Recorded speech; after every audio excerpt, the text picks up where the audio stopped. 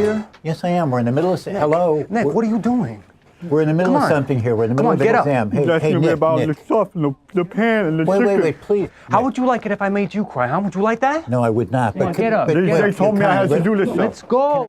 You know, obviously, when we think of you, you're so obviously associated with this big commercial franchise, and obviously the work you've been doing much more recently is the antithesis of that. Is that a tactic? Is that something that you want to get away from that, or it's your own interests have pushed you that way?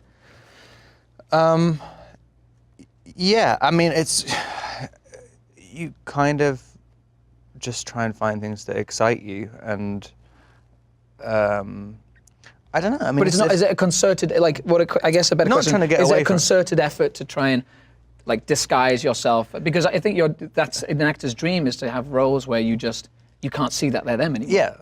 Yeah, it's kind of, it's definitely more exciting. I mean, you kind of, and that can be an emotional thing. It doesn't have to be a physical thing. It's kind of, I think I've said this to you before, whenever I describe a character, I'll break it down to the most extreme moments they have. Right. And like, oh, and then he like eats a baby. Like, I like the kind of extreme things, and I'll kind of string it around that. Just something which feels kind of frightening, or it's working with a director who, it's just crazy for me to say it. Like, I mean, it's kind of like with Claire Denis, for instance. I mean, it's another person where I'm like, I didn't know, but I don't actually see half of these people as human beings. Right. And right. It's a name, and I just see the movies that have already existed and been really influential to me. But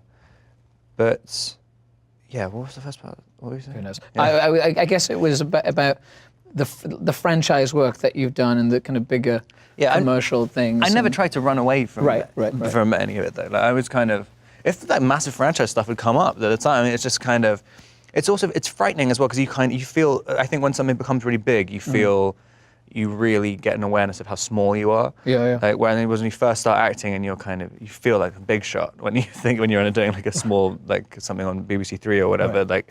It's like your ego. I think anyway, my ego's a lot bigger when I first started, and when you start losing control of so many different aspects of your life and also the job, because I think sometimes especially when you're doing sequels to something, it doesn't matter what you think. In a scene, I think the character would do this. It's like, A, it's already written in a book, so it doesn't make any difference. And B, the tone has already been set up, and the machine is already in motion. And so it's slightly frightening when you kind of, you lose your sense of identity a little bit. And I think sometimes it's like getting a car. If you get, you want to corner it really hard, and so like, I think when you start doing jobs afterwards, I like doing something which is one extreme to the other. Well, you certainly have, I guess, more authorship of what you're doing when there's something much smaller, and the pressure isn't as high, presumably. How do you decide how to pick? It's a good question. I mean, so much of it in my career so far has been director-driven. About the people. I mean, it is a director's medium. There's no way around it. It's their vision that you're trying to achieve. So a lot of it is that. A lot of it is if the material resonates with me personally. If there's something that I think personally I can elevate the material. I think whenever I get it, I'm always excited to start working with directors and kind of nitpicking at their scripts. And only in the last few years have I kind of developed the confidence enough to go, no, you've been doing this for 17 years. Like, your voice is important. You're the author of this character, and you should push the scripts harder and make them better as much as you can. So I see a lot of potential in places, and then can jump in and then go from there. Listen, I've been offered a job back in England. It's a theatre gig in Liverpool. Oh. Start Good for you. rehearsals in 3 weeks. Yeah? Well, have you taken it? Do you want me to take it? Do you want me to make up your mind for you? Fuck's sake! Things, they haven't been right for the past few days now. I'm just trying to get to the bottom of it, that's all.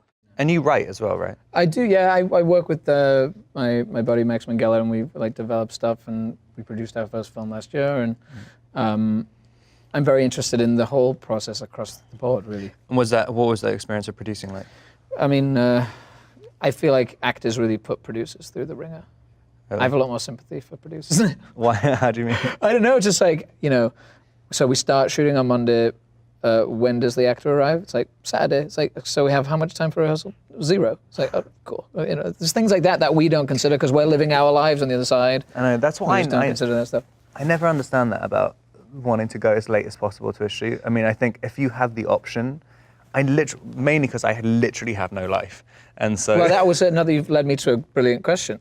What are you doing when you're not Nothing. acting? Really? Just waiting, panicking. Just waiting for the phone to ring. Yeah. Right. But how do you prepare for stuff? I mean, this is such a departure. Like you're doing an accent in this. You look totally different.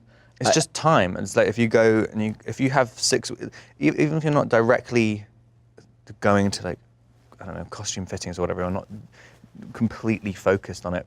If you just go and you're living sort of in isolation, and you just have a completely different environment to live in for a month before you start shooting, or longer, everything starts to come organically, and you start to just something happens. The idea, I've literally been frightened of jobs if a job's come together too quickly, and then suddenly they're like, okay, it's coming, and it's in a week. I just can't do it. It's too.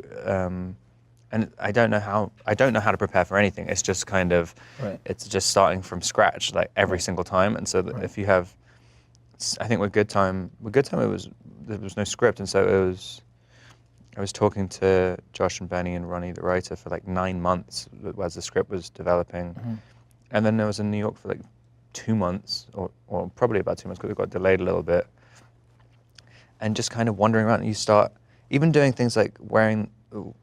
We got a few ideas for costumes, and I kind of thought, do you know how you normally do a costume fitting and you have a bunch of stuff to try on, you try everything on, and this goes like, this doesn't feel right, this doesn't feel right, this feels right. I'm starting to realize that feeling of something feeling right is probably means it feels wrong. That's just what you feel comfortable in, you. Right. Like, and so the initial. We got these costumes, which I don't think any of them are in the movie, but I felt so ridiculous wearing this stuff, but I was like, I'm just gonna wear it because people do wear this stuff, and I see everyone else wearing it. You just feel weird wearing it, and so just having the amount of time wearing these like massive oversized Averex jackets and stuff, and I was like almost wore a do-rag one day, and just doing this stuff, and like really, really going for it. And if you just force yourself day in, day out, I mean, you realize like after a week of wearing this stuff, people are not looking at you like you're crazy. Like no one notices. And then but it takes that amount of time to really realize like, no, you're the only one who thinks you're crazy.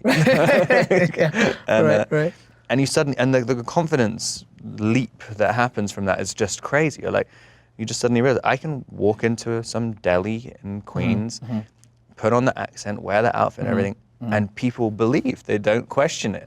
And like, and then once that happens once, you keep trying to repeat that same experience, and you just get more and more confident, and then